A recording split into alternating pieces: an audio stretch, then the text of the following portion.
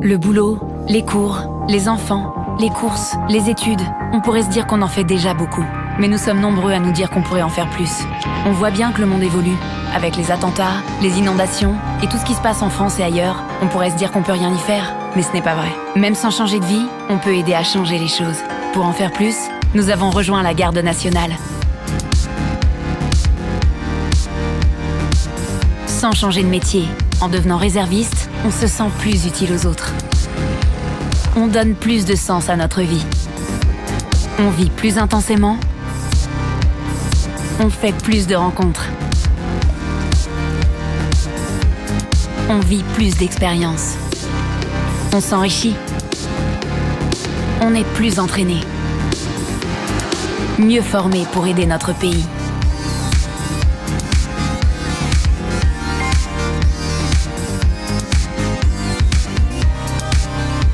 Garde nationale. Mettez plus de vie dans votre vie.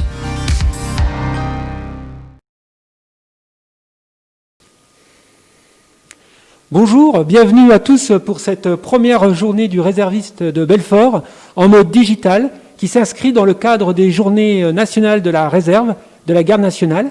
Je passe la parole au lieutenant-colonel Petet, délégué militaire départemental adjoint du territoire de Belfort et organisateur de ce live. Merci. Donc avant de débuter cette séquence, je vous propose de présenter mes camarades. Donc à ma gauche, l'adjudant-chef du lac, chef du CIRFA de Belfort, le lieutenant-colonel Loisier, commandant en second, le groupement de gendarmerie départementale du territoire de Belfort, et à ma droite, le commandant de la réserve citoyenne, Xavier Greffot. Nous avons le privilège cet après-midi d'être en direct du siège mondial de l'ISI à Grand-Villard, dans le territoire de Belfort. Entreprise partenaire de la Défense depuis 2018, que nous remercions évidemment chaleureusement pour son accueil.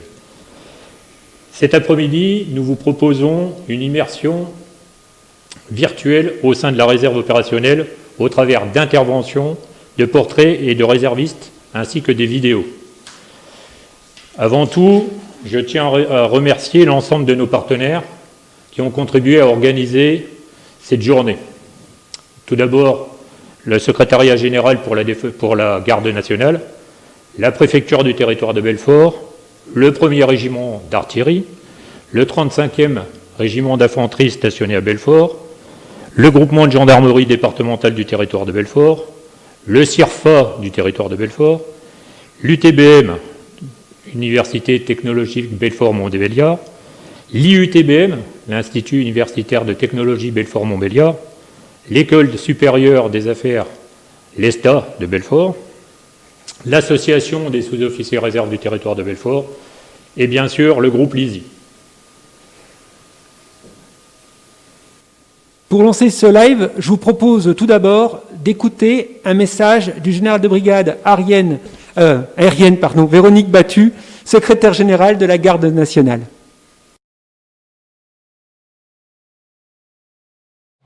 Bonjour à toutes et à tous, je suis le général de brigade aérienne Véronique Battu, la secrétaire générale de la Garde nationale. Je suis très heureuse de m'adresser à vous aujourd'hui à l'occasion de cette journée organisée par la délégation militaire du territoire de Belfort. Je suis heureuse donc de soutenir cette initiative qui met à l'honneur les réservistes et qui participe à la connaissance et à la reconnaissance de l'engagement de nos concitoyens pour la sécurité de notre pays. Les Journées nationales du réserviste ont officiellement pris fin le 12 novembre dernier et je considère que cette rencontre dématérialisée s'inscrit naturellement dans ce sillage et dans cet esprit. Faire face au contexte sanitaire actuel, c'est aussi cela. Je ne vous parlerai que d'une chose, je vous parlerai de l'engagement. Être fier de cet engagement, fier de nos réservistes. Les forces armées et les forces de sécurité intérieure le sont. Et je tenais à vous l'affirmer une nouvelle fois. Vous êtes chacun indispensable à l'accomplissement de nos missions opérationnelles. Être fier de son engagement, fier d'être réserviste. Je sais que chacun d'entre vous l'est et porte haut et fort cet engagement à servir la France. Être fier de son engagement, c'est aussi diffuser ses convictions pour susciter de nouvelles vocations parmi votre entourage professionnel, parmi votre entourage relationnel. Surtout n'hésitez pas. Et vous pouvez compter sur moi, vous pouvez compter sur le secrétariat général de la Garde nationale pour vous appuyer dans cette démarche. Par ailleurs, je tiens à remercier et à féliciter toute l'équipe organisatrice de cet événement pour son travail. Bravo d'avoir maintenu cette journée. Bravo, parce que on sait à Paris que c'est pas facile, dans les conditions actuelles, de travailler et de réunir tout le monde. Je vous souhaite à tous et à toutes une très belle journée en l'honneur des réservistes du territoire de Belfort.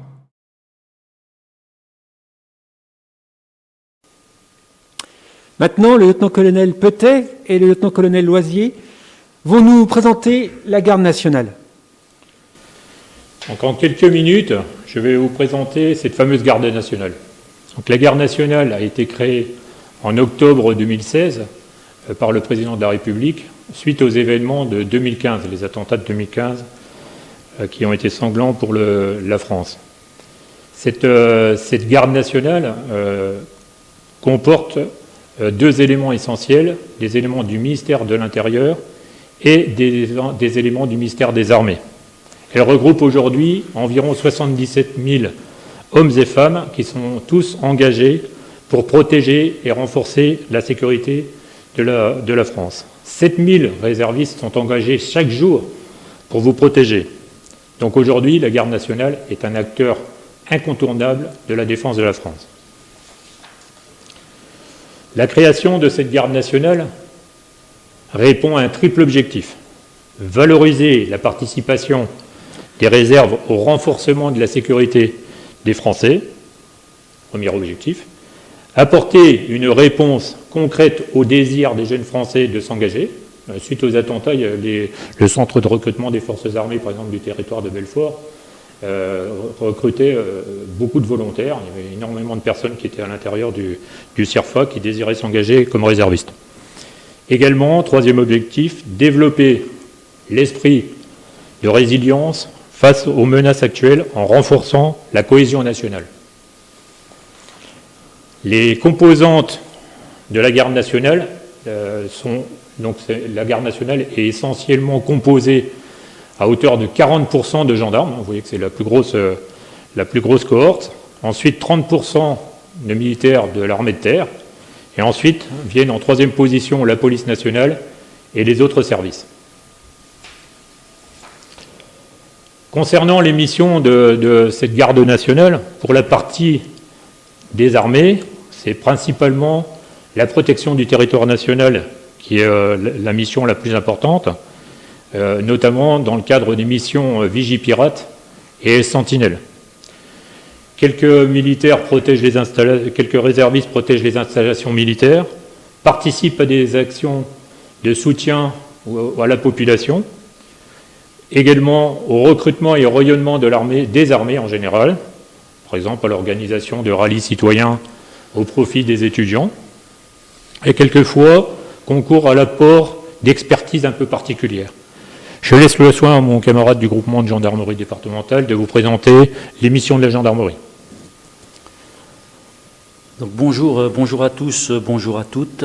Donc je suis en charge de mettre en lumière l'engagement de la gendarmerie en matière de réserve opérationnelle.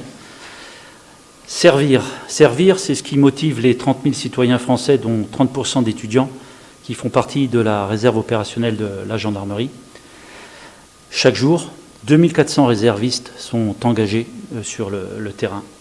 Leur mission, on peut considérer qu'il y a deux missions principales: protéger les Français, et la seconde, répondre présent pour appuyer la sécurisation des personnes et des biens. D'une manière concrète, c'est un service quotidien aux unités, dans le cadre de patrouilles de surveillance générale, de contact avec la population. Contact avec la population, ça signifie contact avec les commerçants, les artisans, contact avec les enseignants, contact avec les élus. C'est également la sécurité de manifestations sportives ou culturelles. Le territoire de Belfort connaît l'organisation d'un festival qui est considéré comme un des meilleurs du monde, mais qui rassemble un certain nombre de personnes. Et les réservistes, l'engagement des réservistes est essentiel sur cette mission. Sont également toutes les opérations de sécurité publique, de lutte contre la délinquance et de protection, donc dans le cadre de détachements d'appui territoriaux. 300 sont engagés chaque jour sur l'ensemble du territoire national, et la gestion de conséquences des catastrophes naturelles ou accidentelles.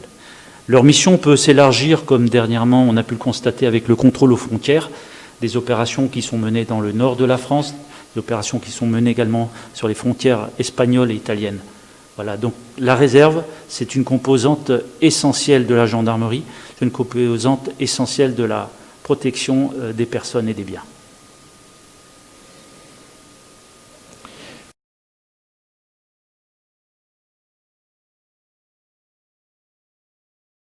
Des missions de soutien opérationnel, par exemple recherche de personnes disparues, participation à de grands événements, assistance aux seniors et tranquillité de vacances. Ça peut être également de l'accueil du public, des opérations de prévention, des missions un peu spécialisées comme la communication, l'informatique et quelquefois l'expertise juridique.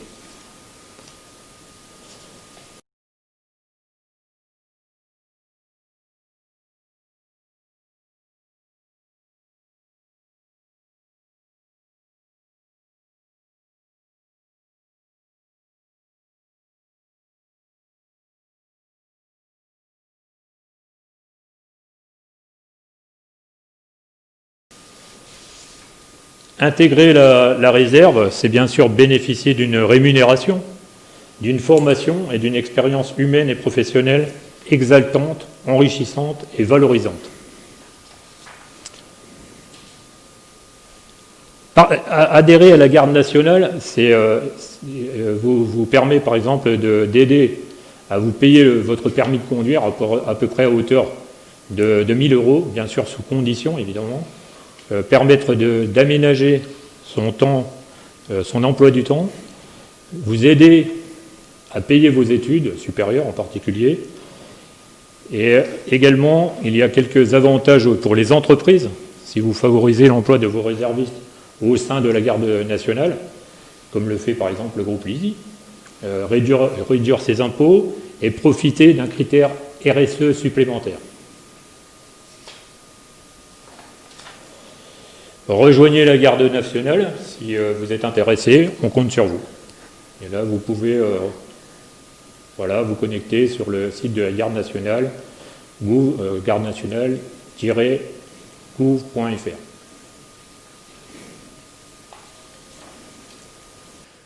À présent, nous allons écouter le colonel Schoenmann, commandant de la base de défense de Belfort et délégué militaire départemental du territoire de Belfort, qui va souligner l'importance des réservistes au sein de l'organisation des armées.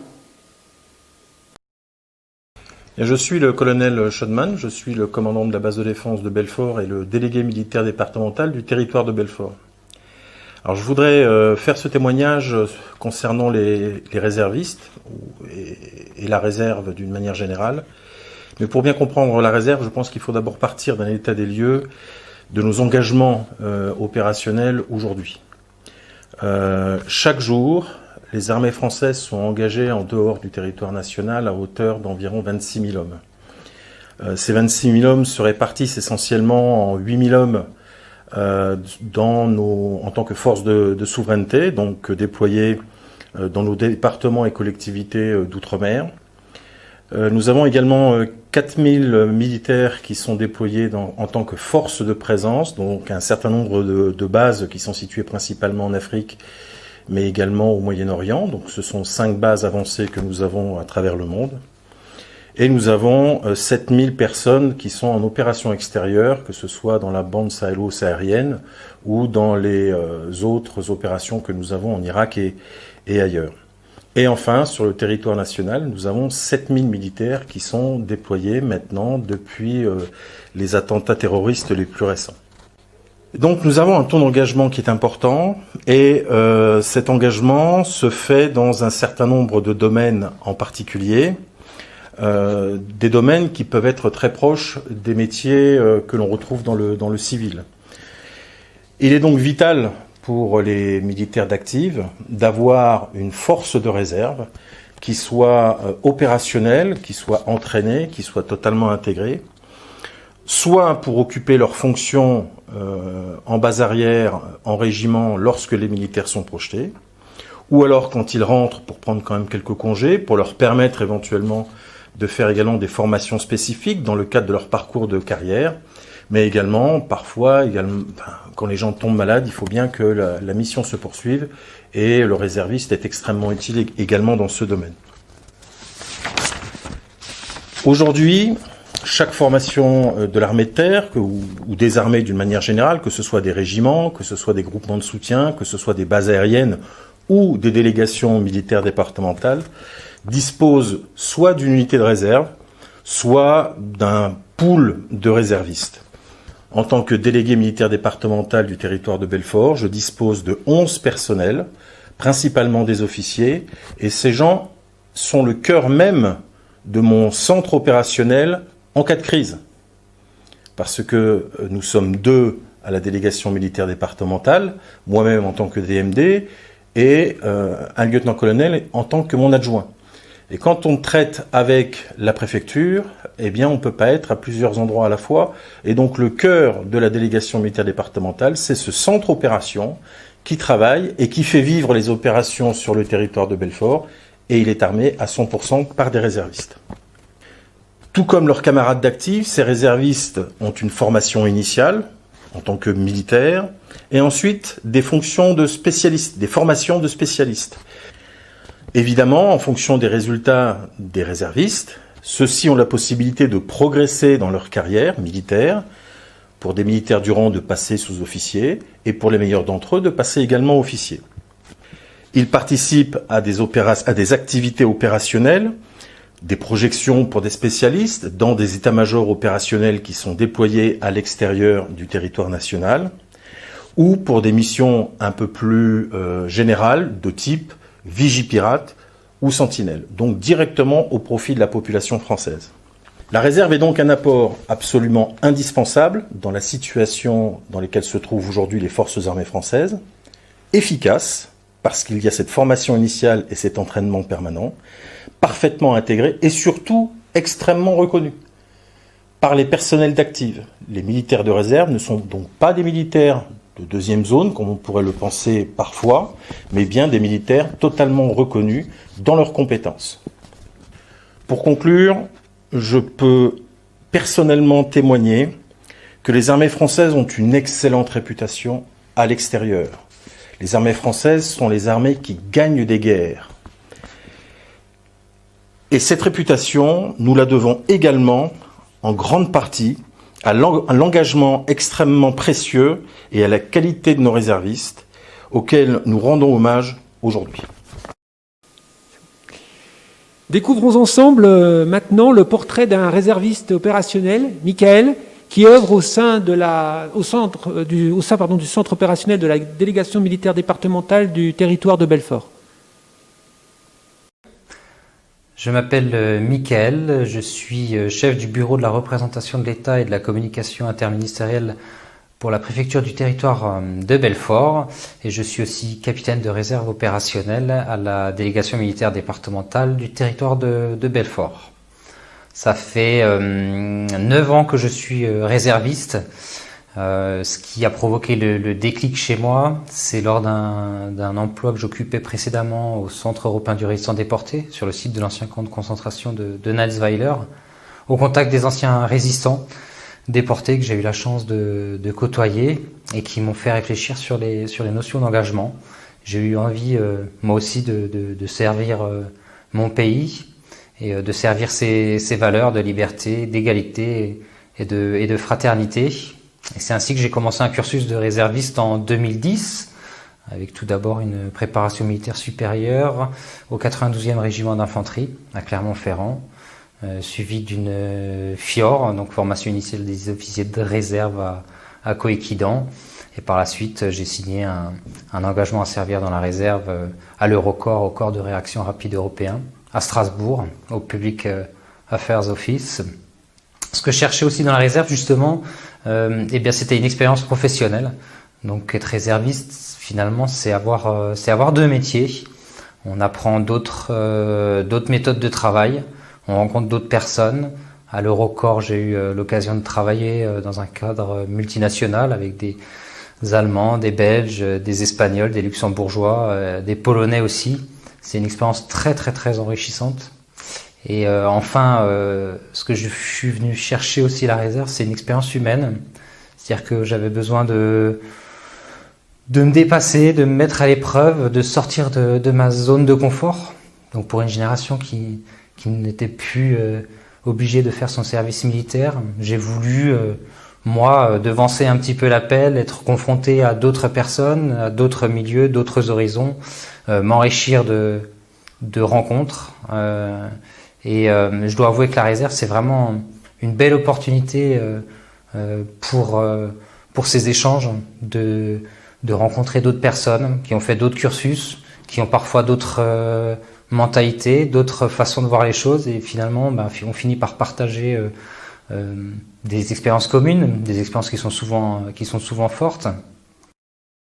Pour conclure, je dirais engagez-vous dans l'armée, dans la réserve opérationnelle, dans la réserve citoyenne. Engagez-vous aussi dans un cadre citoyen. Engagez-vous pour votre commune. Engagez-vous dans le domaine sportif aussi. Il y a différentes manières de s'engager et d'avoir deux métiers ou deux expériences de vie différentes.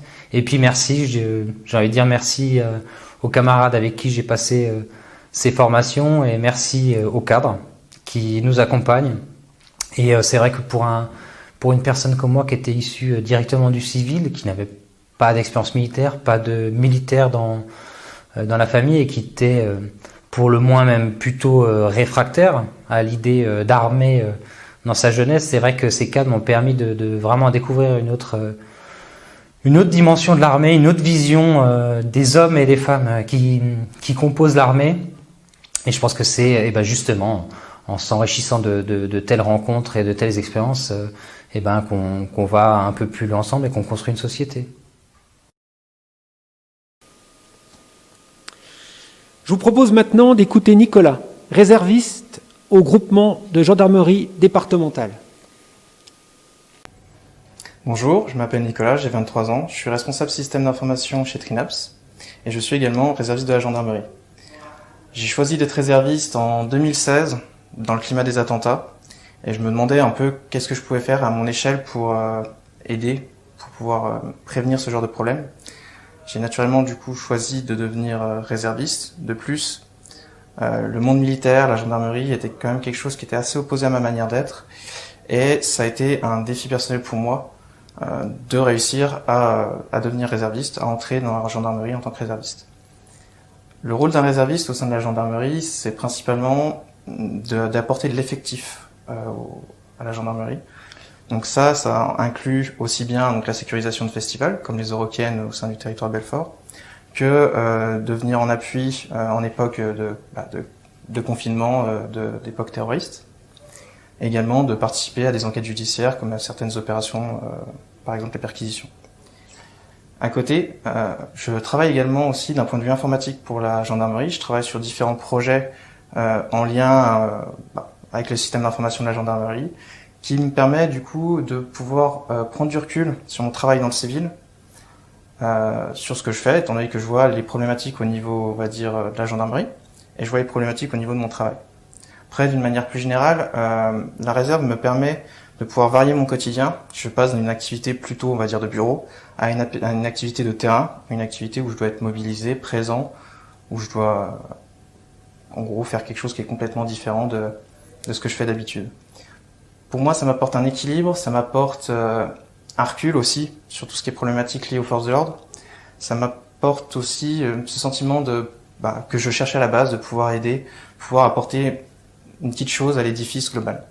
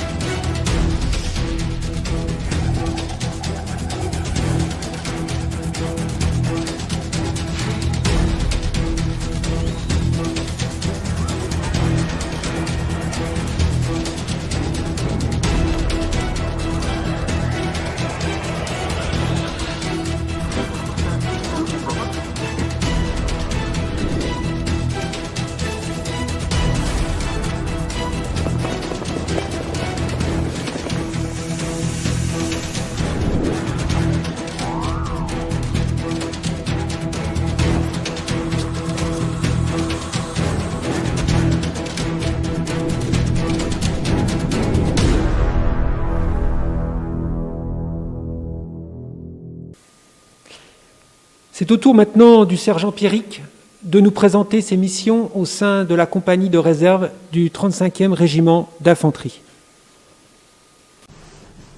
Bonjour à tous, je me présente Pierrick, j'ai 23 ans, je suis originaire de Belfort et je suis à la fois étudiant donc, à l'ESTA, à l'École supérieure des technologies et des affaires à Belfort, et je suis aussi réserviste opérationnel depuis juillet 2015. Je suis affecté à la 5e compagnie du 35e régiment d'infanterie. En 2015, suite à l'obtention de mon bac, il y avait le monde de l'armée qui m'intéressait. J'en avais entendu parler et je voulais un peu me faire ma propre idée du monde militaire pour savoir aussi si potentiellement une carrière pouvait m'intéresser. Et donc c'est pour ça aussi que j'ai signé un contrat en tant que réserviste opérationnel pour découvrir ce monde militaire que je ne connaissais pas. Donc c'est via le CIRFA et via la cellule d'appui au recrutement du régiment que j'ai pu signer mon contrat. J'ai eu l'occasion de participer à plusieurs formations de type FMIR ou CAMER en tant que stagiaire, dans un premier temps, dans les premières années, puis en tant qu'encadrant. Il y a aussi donc, des stages à Val d'Aon, donc ça c'est des stages de préparation mission opérationnelle, donc, qui visent à nous préparer pour partir sur des missions sentinelles. En 5 ans à la réserve, j'ai eu l'opportunité de participer à 2 opérations sentinelles, donc sur le secteur de Paris. La première en tant que chef d'équipe et la deuxième en tant que chef de groupe. Donc là, j'étais vraiment le seul responsable de mon groupe, on va dire, de combat, pour assurer la sécurité et la protection de la population sur une zone donnée par ma hiérarchie. Les responsabilités qui incombent à un chef de groupe sont quand même importantes, puisqu'on a quand même 8 collègues qui se baladent avec des armes de guerre dans les mains en pleine rue. Donc voilà, tout ce qui est matériel, tout ce qu'il faut faire attention à chaque mouvement, chaque geste de ces personnels, pour pas qu'ils se mettent en danger ou ils mettent en danger la vie des autres. Et en tant que chef de groupe, c'est une attention de tous les instants que de vérifier qu'il n'y ait pas d'erreur ou d'oubli qui soit fait, que ce soit de ma part ou de la part de mes collègues. Ce statut de réserviste opérationnel est quand même très intéressant, de par l'expérience qu'on peut engranger au fil des années de nos activités, mais aussi concernant les différentes rencontres qu'on peut y faire au régiment, puisque c'est des personnes d'environnements différents. Ça nous permet aussi de prendre confiance en soi, d'être force de proposition, et nous améliorer aussi sur tout ce qui est prise de décision, et anticipation aussi de tous les problèmes qu'on pourrait rencontrer. Voilà, c'est vraiment formateur comme expérience et je recommande à tous les étudiants qui voudraient réaliser un acte citoyen. Voilà. Donc je vous encourage, si jamais vous avez des questions, n'hésitez pas à contacter autour de vous, il y aura forcément quelqu'un pour vous aiguiller. Nouvellement promue sergent, Marie-Jeanne va nous décrire son parcours de réserviste opérationnel. Alors bonjour, je m'appelle Marie-Jeanne, je suis étudiante à l'ESTA et je suis également réserviste dans l'armée de terre. Je suis au 35e régiment d'infanterie. Je viens tout juste d'avoir mon grade de sergent il y a même pas 6 mois, en août. Ça fait déjà donc 4 ans que je suis dans la réserve.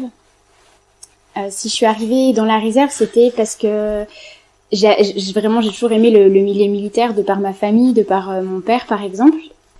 Ça m'a permis donc de continuer dans mes études tout en ayant un pied dans l'armée et je trouve que c'est vraiment un bon compromis. En plus, ça offre des avantages qui sont pas du tout négligeables. C'est rémunéré clairement. Donc tout ce qui va être les sentinelles par exemple pendant l'été ou même pendant les vacances de Noël. Ça aide vraiment, c'est un complément. Au final, moi, ça me permettait d'éviter un job étudiant et de faire ce que j'aimais en même temps. Après, il faut savoir aussi qu'il y a pas mal d'aides, suivant comment on signe son contrat, etc. On peut avoir des aides. Moi, j'ai touché 1 200 € par an pendant mes 5 premières années. Du coup, je vous ai parlé de sentinelle, mais c'est pas uniquement ce que je fais. Je suis aussi formatrice PSC1, donc c'est les premiers secours civiques de niveau 1. En fait, je donne des cours à différentes personnes. Je peux faire ça autant dans du civil que du militaire pour leur apprendre simplement à mettre en PLS par exemple, à faire des massages cardiaques, à faire les premiers gestes en attendant l'arrivée des secours. J'ai également le même diplôme, mais pour le SC1, ça va être l'équivalent, mais pour le secours au combat. Et c'est super intéressant. L'armée, elle permet de faire plein de petites formations, d'aller plus loin. C'est plein d'opportunités en fait qu'on n'aurait nulle part ailleurs. Donc ça, c'est mon côté militaire. Après, mon côté étudiante. Donc je vous ai dit, je suis en 5e année et je suis en école de commerce et d'ingénierie. Donc à Belfort, c'est l'école supérieure de technologie et des affaires. Et puis voilà.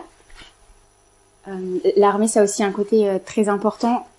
Enfin, en tout cas, qui aide dans le civil, ça apporte énormément de valeur. Il y en a plein que vous connaissez.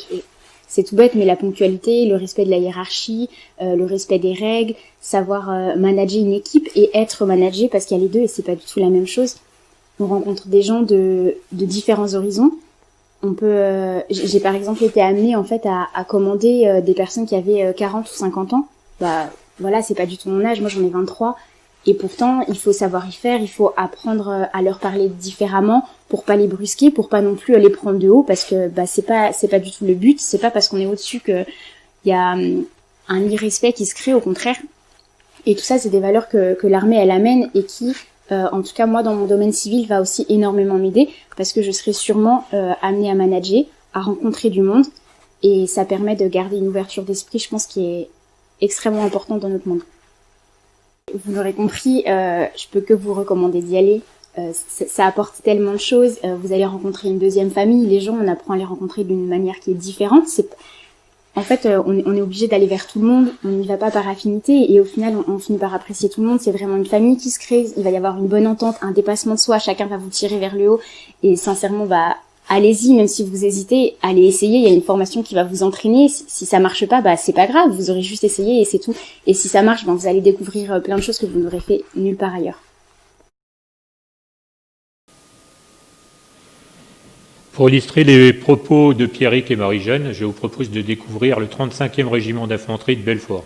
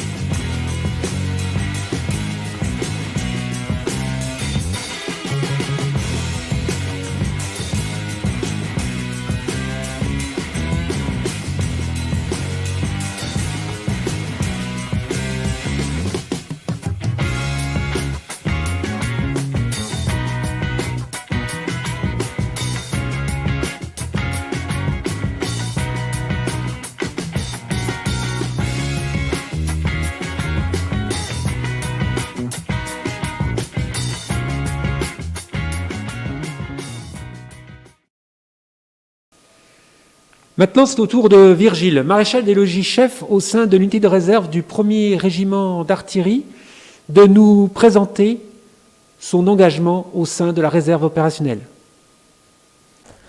Donc, je suis maréchal des logis chef Virgile, donc je suis réserviste au 1er régiment d'artillerie. Donc, je suis réserviste au régiment depuis 2012.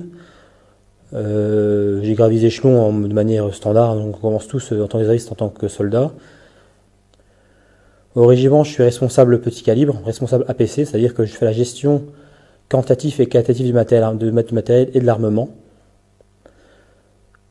Pendant mon cursus au régiment, j'ai eu l'occasion de partir sur plusieurs missions, telles que Sentinelle, que tout le monde connaît maintenant, les missions de garde-dépôt, donc garde-dépôt de munitions, ainsi que beaucoup de missions assez variées. J'ai aussi eu l'occasion de partir en Guyane en 2017, en tant que réserviste rattaché à une section de personnel d'active, donc de militaires qui font ça toute l'année, des militaires de carrière. Donc je suis parti en tant que chef de groupe, donc sergent, pendant 4 mois. Donc j'ai quitté mon emploi dans le civil que j'avais avant. Donc je suis parti 4 mois en Guyane, donc j'ai fait mon premier mois à Saint-Jean-du-Maroni, donc vous voyez, on arrive à Cayenne. Et ensuite, on fait à peu près 4 heures de route, on arrive à Saint-Jean-du-Maroni, qui est une petite ville le long du fleuve Maroni. Donc on a fait le premier mois de mission sur place à Saint-Jean-du-Maroni. Ensuite, j'ai fait 1 mois de mission sur différents sites autour de Saint-Laurent. J'ai fait 1 mois de mission en jungle, vraiment en jungle profonde. On est resté 1 mois avec une section complète où on a fait beaucoup de missions vachement intéressantes. Et ensuite, on a fait 1 mois de garde à Cayenne au niveau du 9e RIMA, donc 9e régiment d'infanterie de marine. Donc j'ai commencé à faire de la réserve quand j'étais étudiant, donc pendant mes années BTS et mes années pendant le bac, donc sur les coups de 17 ans et demi. Et c'est vrai que pendant tout mon cursus scolaire, toutes les vacances scolaires, souvent c'était une semaine à la maison en vacances, une semaine à l'armée, donc c'est vrai que ça permet de voir autre chose. Ça apprend, c'est un peu l'armée, c'est un peu l'école de la vie, quand on apprend beaucoup de choses autres, des choses qu'on ne verrait pas dans le civil, donc c'est-à-dire manipuler de l'armement, apprendre les grades à l'armée, apprendre comment se servir de tel ou tel matériel, et c'est vraiment quelque chose qui à mon sens est important. J'engage les gens qui sont un peu indécis à faire, s'ils veulent, une PMD, donc préparation militaire découverte d'une semaine, et de manière à pouvoir se fixer un peu sur l'idée d'être réserviste, de voir un peu comment ça se passe en unité. On a souvent une vision un peu biaisée de l'extérieur par rapport à la réserve, et c'est vrai que c'est vachement intéressant de pouvoir se caler une fois à l'intérieur d'une unité, et de voir comment fonctionne l'unité, la vie de l'unité, etc. Et c'est vrai que c'est vachement bénéfique.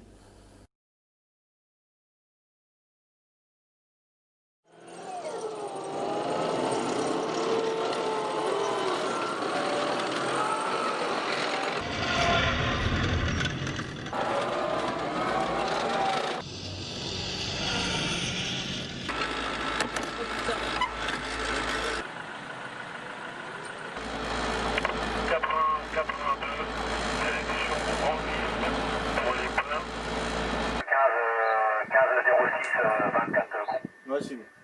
15 dessus. Parfait.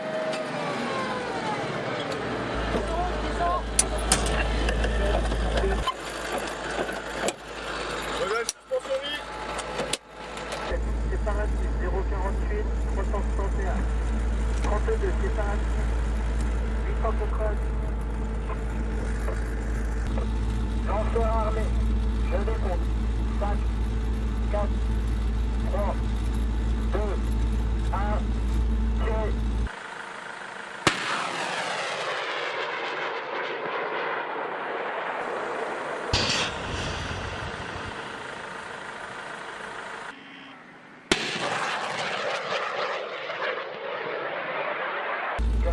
Position du lanceur en 32. À droite. 761 2275.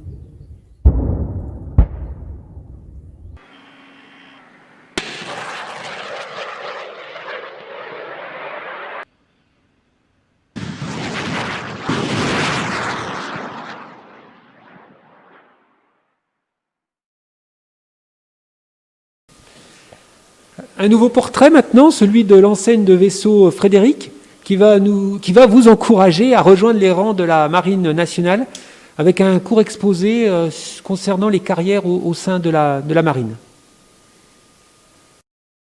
Donc bonjour, je suis l'ancienne de vaisseau Frédéric. Donc je suis réserviste opérationnel dans la Marine nationale. Donc je suis assistant départemental pour la Marine nationale, c'est-à-dire que je représente la Marine nationale dans mon département auprès des élus locaux et puis aussi des acteurs locaux.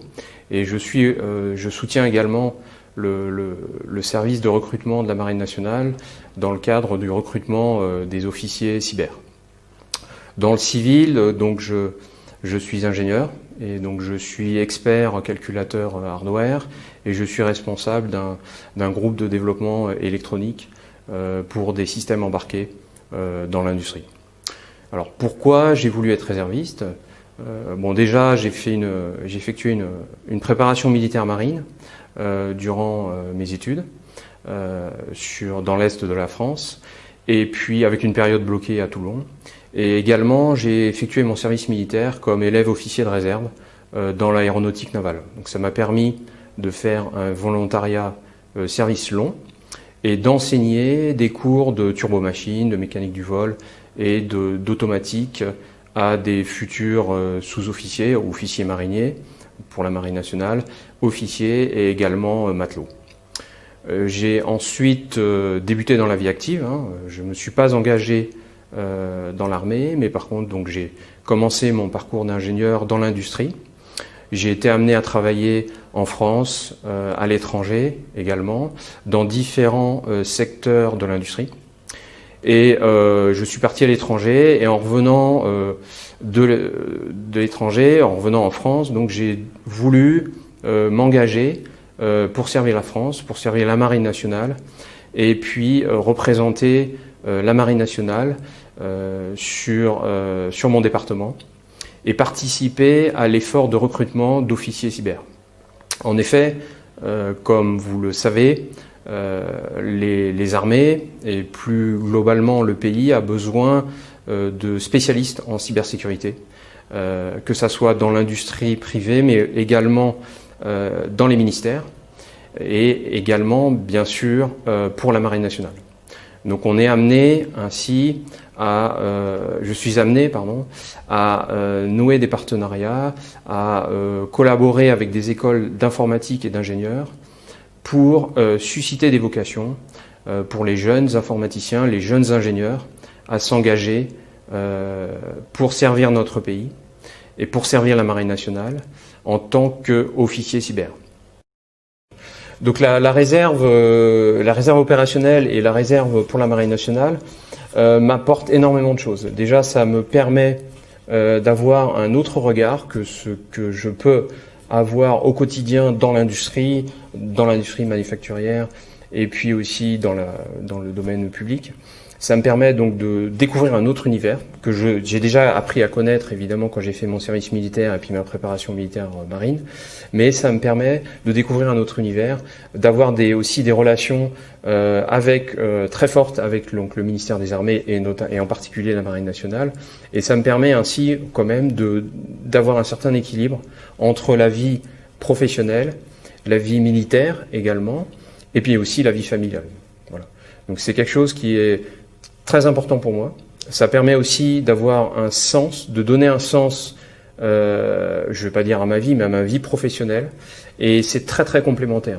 Et notamment dans le domaine de la cybersécurité, où évidemment les domaines de l'industrie, les domaines régaliens de l'État sont en train de converger. Finalement, vous avez des centres de surveillance opérationnelle qui surveillent le réseau Internet, en fait, pour le pays, bien sûr.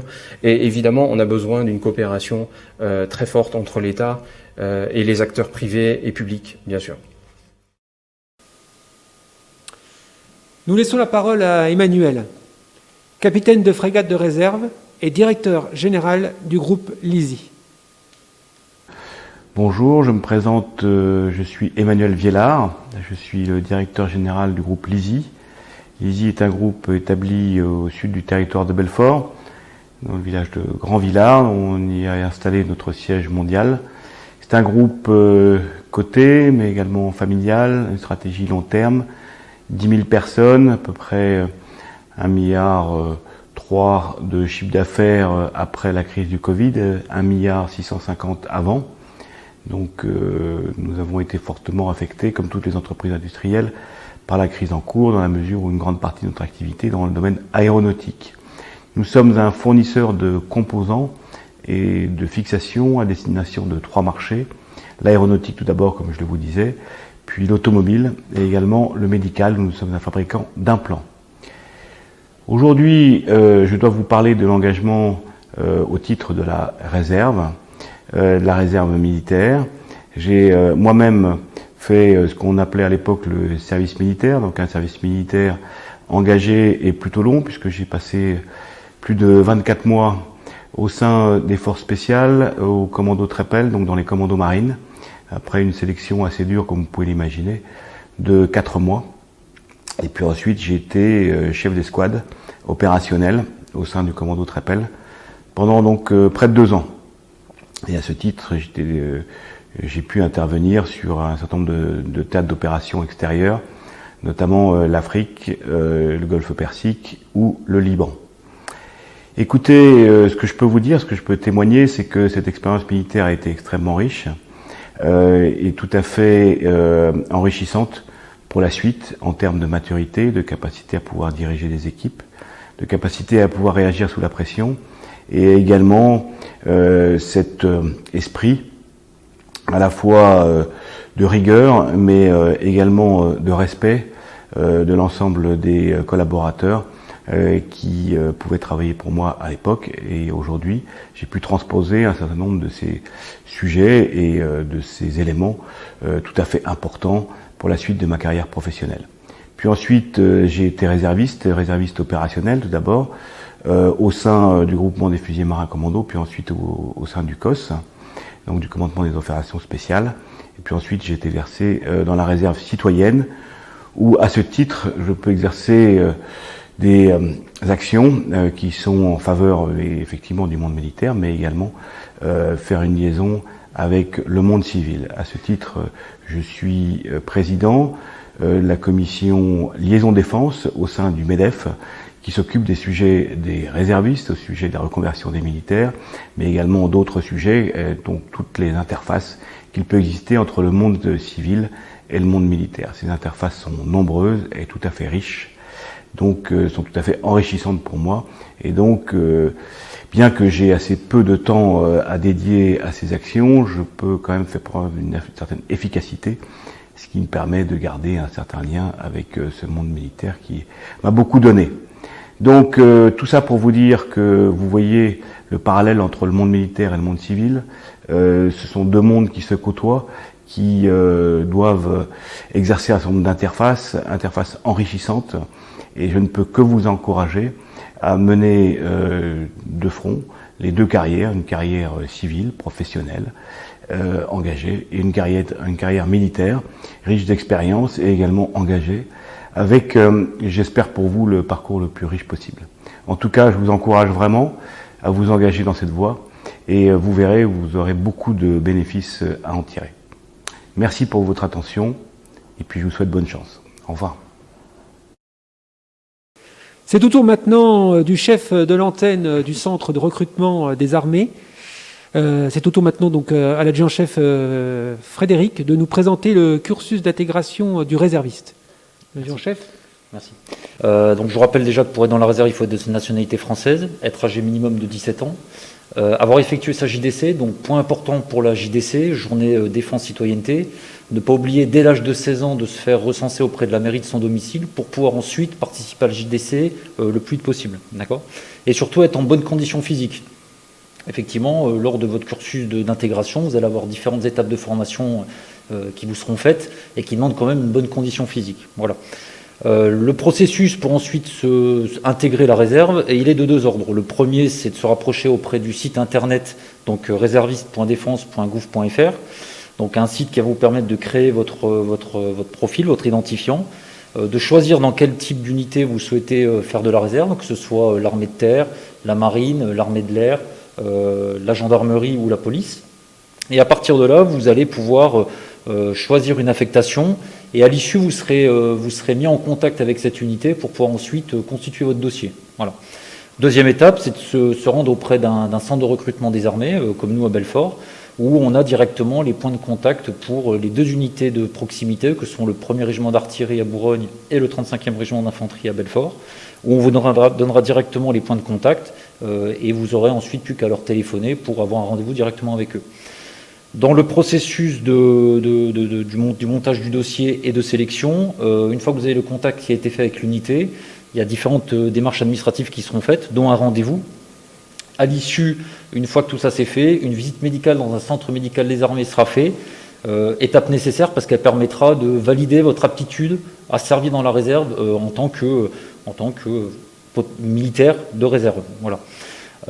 Une fois que tout ça s'est fait, vous êtes inscrit sur une session de formation, donc une session de formation qui dure entre 15 jours et 3 semaines au sein de l'unité.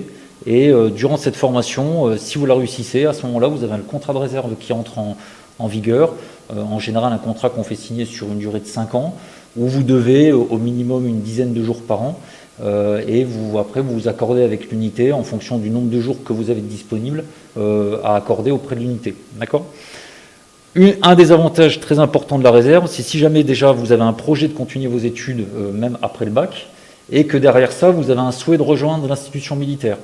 Effectivement, le fait de faire de la réserve vous permet de valoriser votre dossier, vous permet de monter en puissance un petit peu votre dossier, d'acquérir une expérience, même opérationnelle. Hein. On a certains réservistes qui participent à des missions qui sont des missions intérieures comme Sentinelle ou à des missions à l'extérieur sur des théâtres étrangers, qui peuvent être déployés sur volontariat, bien sûr.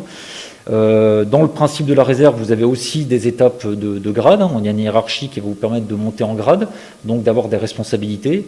Et toute cette constitution de dossier, durant vos études, fait que votre dossier prend de l'ampleur. Et au moment où vous décidez de franchir un petit peu après vos études un centre de recrutement ou alors de passer un concours pour les unités comme la police ou la gendarmerie, ce dossier est pris en compte et permet de valoriser votre candidature, de vous ramener des points. D'accord ? Donc une fois que vous avez fait tout ça, après vous choisissez soit de faire une carrière de réserviste parce que effectivement vous avez un projet civil qui vous permet d'allier votre profession dans le civil avec un pied dans le système militaire, soit directement de rejoindre les forces armées après cette expérience qui vous aura ramené déjà une expérience, des points et surtout aussi une vision du métier militaire. Voilà. Merci mon adjudant-chef. Bon, c'est la fin de cette première rencontre digitale. Je laisse le soin maintenant au lieutenant-colonel Petet de clore ce live. Merci. Merci Xavier. Merci d'avoir pris part à cette journée nationale des réserves un petit peu particulière. Cette séquence, j'espère, vous a permis de vous informer sur les carrières dans la réserve. Le thème choisi pour cette année, pour l'édition 2020 des journées nationales des réserves, était « Fier d'être réserviste ». Fiers de nos réservistes. Eh bien, écoutez, on est fiers de nos réservistes, extrêmement fiers. À Belfort, on avait prévu une action de communication au sein de l'UTBM. Malheureusement, compte tenu du contexte sanitaire actuel, nous avons proposé cette action de façon dématérialisée, action qui n'aurait jamais pu avoir lieu sans l'acharnement, je dirais, de M. Alexis Paulin, qui est directeur des ressources humaines de l'ISI, et correspondant entreprise défense du territoire de Belfort. Donc j'en profite pour le remercier évidemment et par la même occasion de remercier donc le directeur général de l'ISI qui l'a autorisé à nous prêter son concours. Merci Monsieur Villa. Je ne voudrais pas refermer cette page sans remercier tous les réservistes qui ont participé donc, à cette séquence, à cette journée de près ou de loin, hein, sans oublier le commandant de la réserve citoyenne ici présent, Xavier Greffot, le lieutenant-colonel commandant le groupement de gendarmerie départementale et bien sûr le chef du CIRFAT Belfort. Je vous remercie pour votre attention.